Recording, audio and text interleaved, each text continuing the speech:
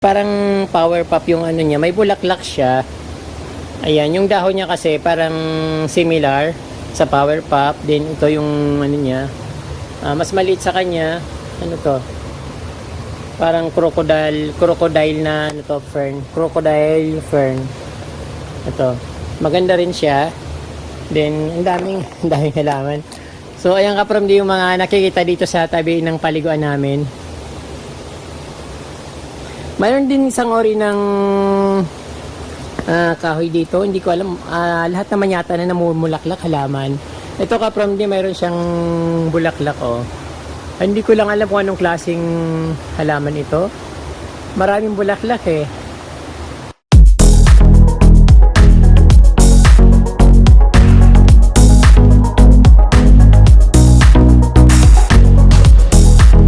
Magandang araw sa inyo mga kapromdi. Ngayon ay pupunta kami sa ilog. Kasama ko yung aking kaibigan.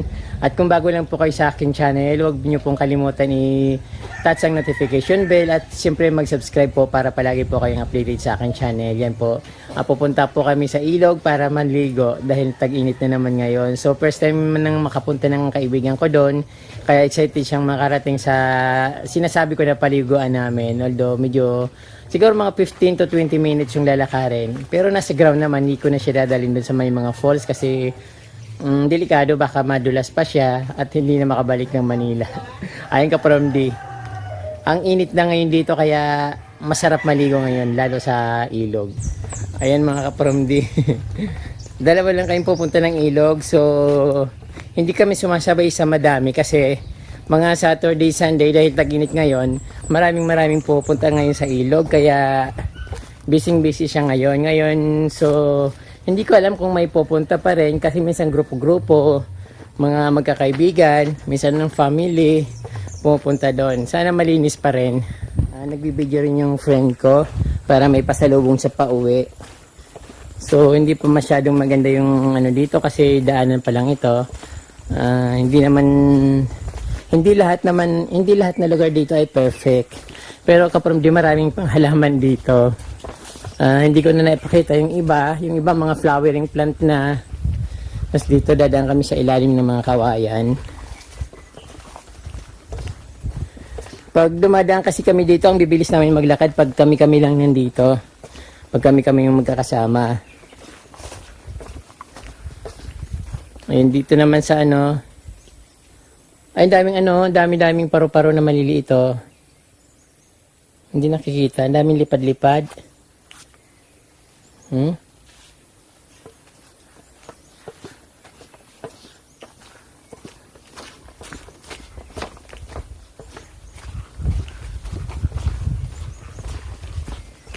Ayun, dito maraming baka. Masarap yung ganitong lugar pag pupunta ka sa province, pag nakita mo yung ganito, sarap ng pakiramdam.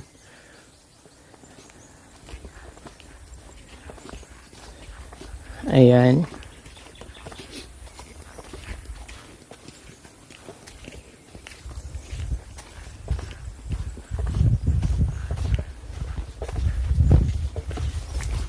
Sarap ng hangin, fresh na fresh yung pakiramdam sa parang anong tawag doon, yung nanunuot sa katawan yung pagka-presko. Para kang naliligo sa tubig.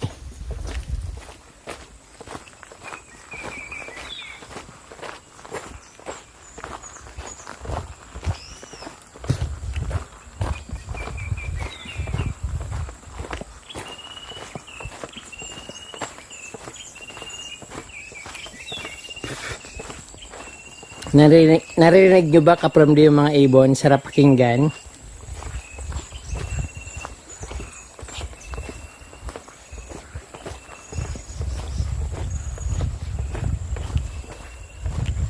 Ayan, napakalinaw din ng tubig dito. Dinadaan-daanan lang namin ito pero hindi namin pinapansin. Hindi kami nag-attempt na maligo dito. Pero pwede naman maligo dito kasi karugtong din naman ito ng pinapaliguan namin. Kaya lang pag nandito na kami, syempre didiretso kami doon sa mas maganda.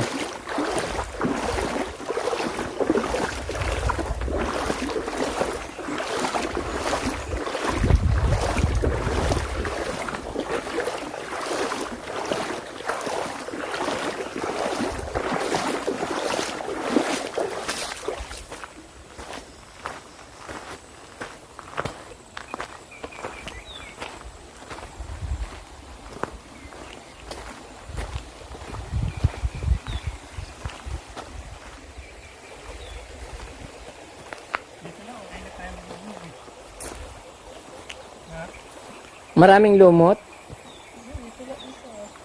Sobra ka naman. Diyan lang talaga. Hanggang 20 lang. Maganda naman doon. May mga bato, may malalagyan ng mga gamit. Ayan, kaparamdi, medyo malayo pa kami sa aming pupuntahan. Mga pag tuloy-tuloy lang siguro mga 10 minutes na lang abutin. So, since na kumukuha rin ng video yung kaibigan ko, para may pasalubog siya sa pag-uwi, ayan, kumukuha siya ng video at nagpa-vlog na rin siya. Wala, ulan na.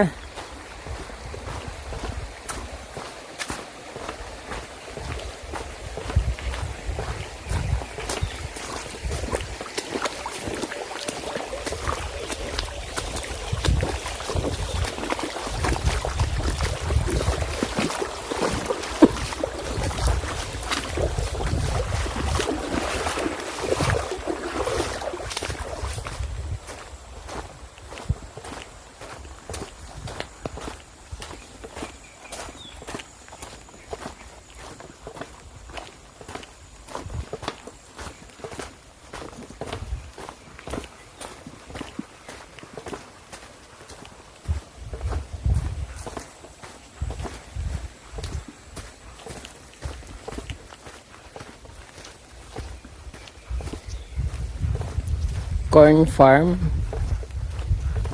Medyo hindi maganda yung weather ngayon sa pagpunta namin kasi medyo umaambon, pero ayun, saka dumidilim din ng konti.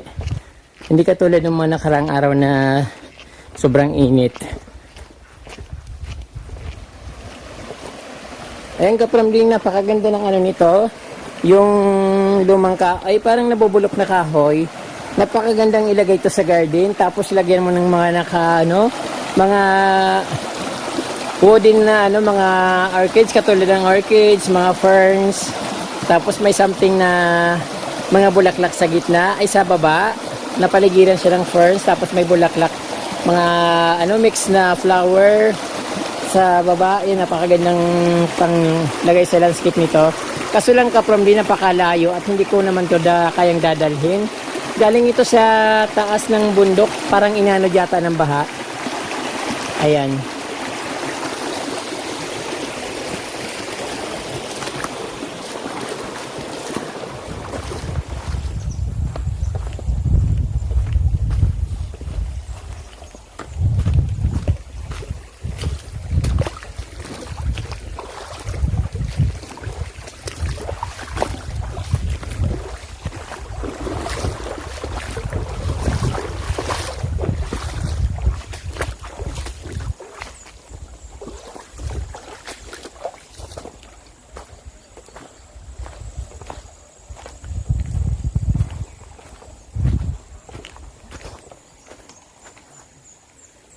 Parang napakabilis naman nung anihan ng palay dito. Parang 2 months lang akong hindi nakapunta dito. Ito wala ng bunga. Nung pupunta ko dito, ang lakas-lakas ng ulan palagi. Tapos, ito wala, naani na kaagad. Oh, walang, parang matagal nang inaani.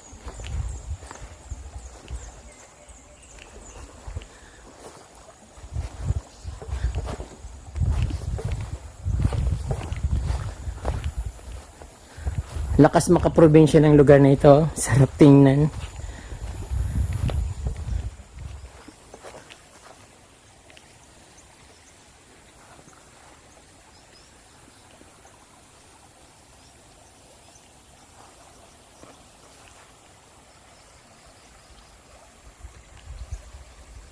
Sa baba, ilog.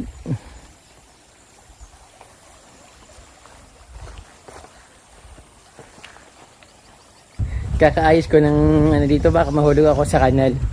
Bangin pa naman sa baba. Pero hindi naman kataasan kung mahulog ako. Pero sigurado masasaktan ako dito.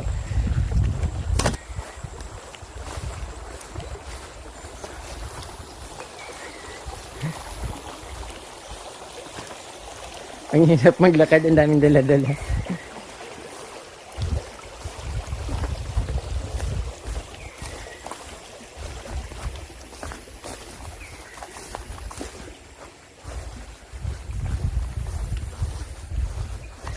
Hello. Alam ko gamot ito sa amin, pero ang tawag dito is parang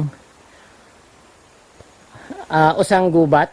Parang usang gubat yung tawag nito sa amin. Sabi ng tatay ko, tapos pinanggagamot siya sa pinaghahalo siya sa para panggamot ng asma or pasma, yung pinaghalo-halo na iba't ibang klaseng gamot, tapos yun iinumin, din mawawala yung sakit.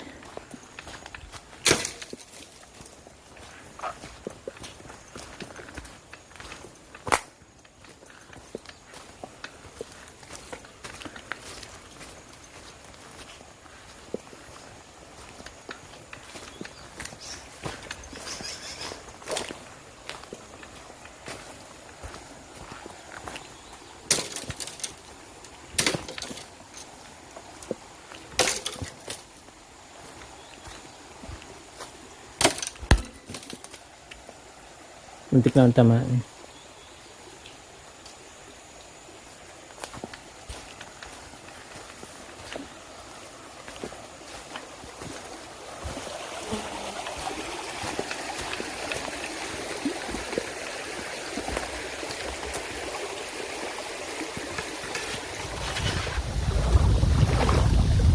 Naalala ko nung pumunta kami ng Palawan doon sa Mangrove River. So parang ganito rin yung daan doon. Kaso doon may parang may marami siyang mangrove, din may mga sa itaas. May mga ahas sa itaas ng kahoy doon sa Palawan. Naku, nabasa pala yung bag ko.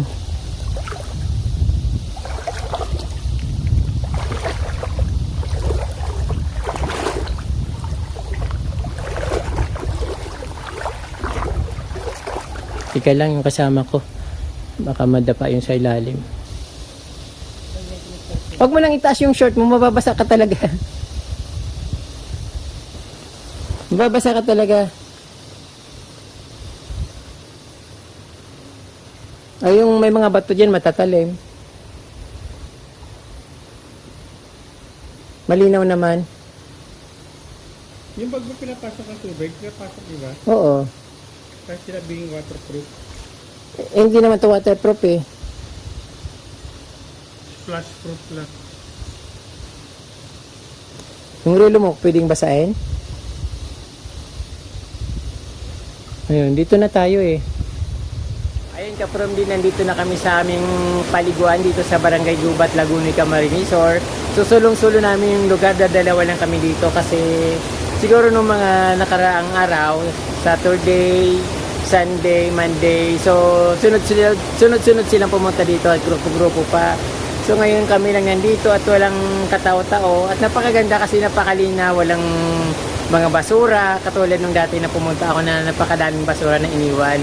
So ngayon wala lang, kami lang nandito. Tapos napakagandang tingnan ng scenery, yung mga paligid, napakaraming halaman na makikita. At siyempre napakalamig ng tubig. Kaya kapromdi, tara na't maligo tayo. So, ito ngayon kapromdi ang aming paliguan dito sa Barangay Gubat, Laguna, Camarines Resort. At pag tumingin ka sa mga gilid-gilid, napakaraming mga halaman na makikita. Yung mga pangkaraniwan lang naman, pero at least makakakuha ka ng halaman. At hindi na yung pinapansin dito sa aming kapromdi. Ewan ko na kung may mga pupuntang dito, mga dayuhan. Hindi ko lang alam kung kumukuha silang mga halaman kasi hindi naman namin ito binabantayan. So ito nga kapromdi, meron ako nakitang halaman dito sa bato. Parang siya, philodendron. Maganda ito kapromdi. Hindi ko alam kung anong klaseng philodendron, pero pag lumaki ito sigurado baka magiging dragon tail ito. Pero maganda. Tapos pagapangin sa sa kahoy na may kokopit na nakabalot. Ayun, maganda siya. Kasi ito ganun din. Halaman din ito, pero ito mas maganda ito kapromdi kasi parang magiging lush. Ayan. Tapos dito sa baba, ayan kapromdi. Ito parang damo lang ito. Siguro ito yung kumakapal na damo. Hindi ko lang alam kung anong klaseng damo siya, pero kamukha siya ng parang bigonya na gumagapang. Then ayan yung sa ibaba, mga halaman na yung namumulaklak ng puti na nabubuhay sa bato na may tubig. Ayan, sa mga malalamig na lugar na mga medyo basa-basa. At ayan, lumupad na yung paru-paro. Saka ito kaprom din, may mga pupunta rin dito na nilalagyan ng parang tubo para yung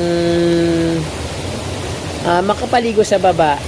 Kasi masarap din yung parang nagsha-shower ka, tapos yung pinapaligo mo ay fresh water.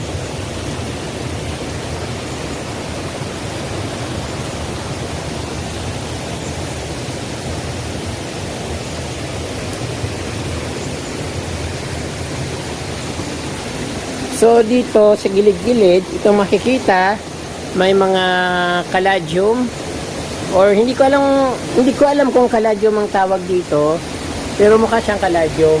Medyo yung dahon niya glossy. Ayan, napakarami niyan dito sa gilid ng paliguan namin dito.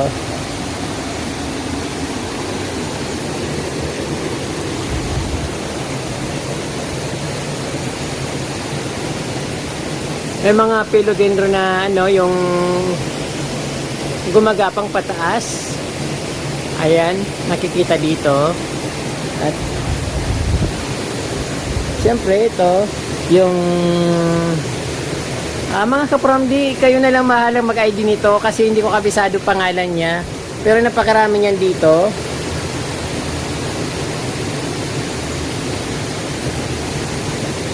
Napakalinis ng ilog ngayon kapromdi kasi palaging bumabaha at wala pang hindi pa masyadong active yung mga tao ngayon dahil hindi makapunta dito sa amin dahil pandemic at palaging maulan dito sa probinsya. Ayun, yun din ang dahilan kung bakit hindi masyadong marumi yung ilog dito dahil palaging maulan. So tinatamad silang maligo sa ilog ngayon.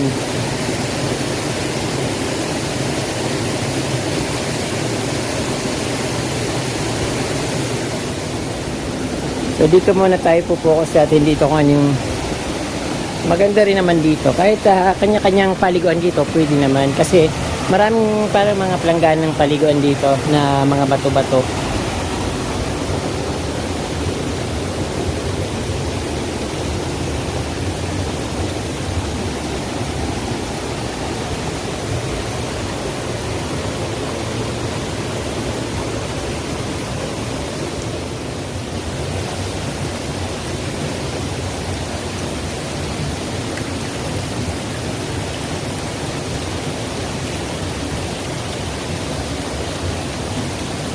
Yung tubig dito kaprom, di pwede siyang inumin dahil galing siya sa ilalim ng bato at umaagos pababa.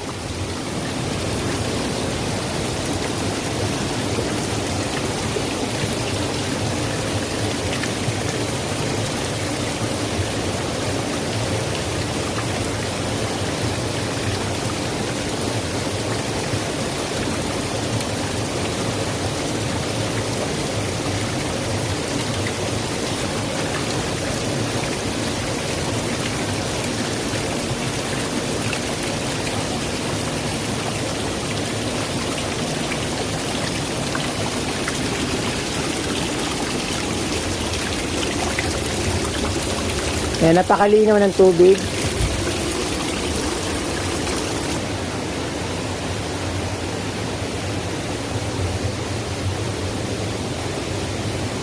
Kaprom, di mayroon akong nakita ditong kalatiya. Ayun kaprom, di yung kalatiya na hindi ko malapitan kasi masyadong madulas yung bato. Ayun, kung nakikita nyo, napakaganda niya. At namumulaklak siya kaprom, di napakagandang tingnan. Katulad dito kaprom, di halaman din dito. Nakikita ko may mga nagbibinta nito sa market, plant market. Ayan, saka ito philodendron.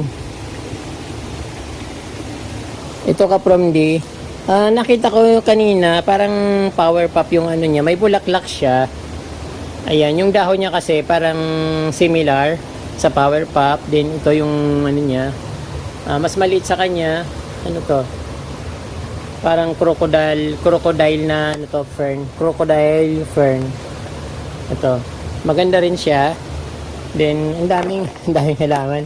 So, ayan ka from yung mga nakikita dito sa tabi ng paliguan namin. Mayroon din isang ori ng kahoy dito. Hindi ko alam. Lahat naman yata na namumulaklak halaman. Ito ka from mayroon siyang bulaklak, oh. Hindi ko lang alam kung anong klaseng halaman ito. Maraming bulaklak eh. Siguro medyo luma na yung bulaklak niya kaya ganyan. Pero maganda pa rin, nakikita pa rin yung bulaklak niya. At sa taas ka from napakaraming iba't ibang klaseng din magpakapak sa mga bato kasi kahit hindi ko naramdaman na madulas kasi nakasapatos ako, natatakot pa rin akong umapak. Mamaya bigla nila akong nabagok yung ulo ko dito.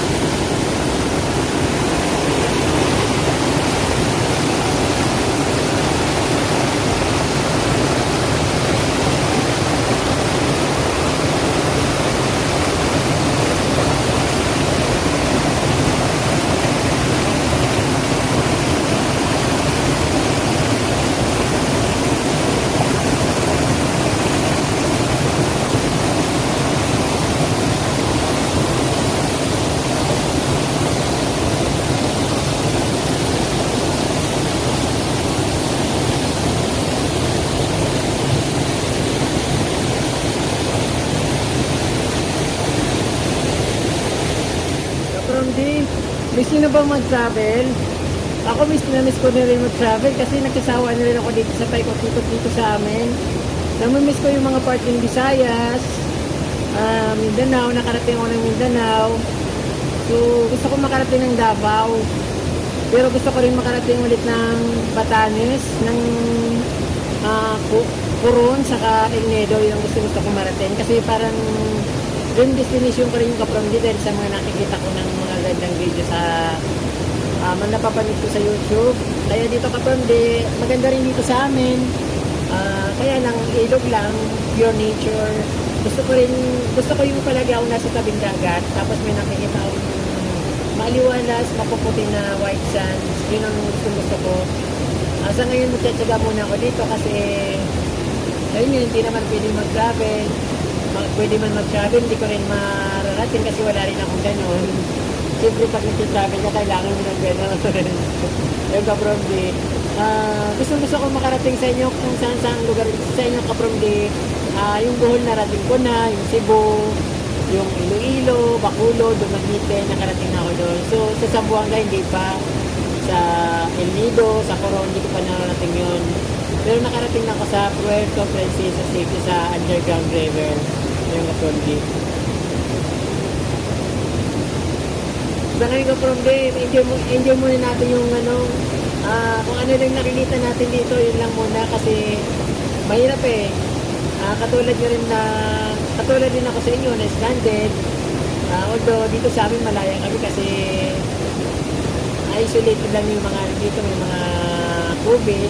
So, just pag nandito kami sa Camarines Resort, sa lugar namin sa Bicol, so open naman kami dito sa iba't ibang pasyalan or sa iba-ibang lugar dito sa amin. Pero lang sa papunta Manila. Although, pwede naman kayo pumunta Manila kasi hindi naman mahigpit. So, yung galing Manila, hindi pwede pumunta dito, yun ang mahigpit. So, kaya Kapramdi, sana na-enjoy yung mga pinapakita ko sa inyo, na-enjoy yung paliguan namin, at kung pupunta kayo dito, welcome naman kayo dito sa amin. At sana matapos na yung pinagdadaanan natin na pandemic na ito kasi napaka-peste sa buhay natin na Bromley. Kahit yung walang kamalay-malay nakakasali. Ayan. Sana po panoorin niyo yung mga video ko na lagi kong binibideo, yung pinapakita sa inyo. At sana po lagi yung supportan yung aking mga vlog. Ayan po, ito Bromley. Maraming pong salamat sa inyong panonood. Naway nag-enjoy po kayo. Mabalos po.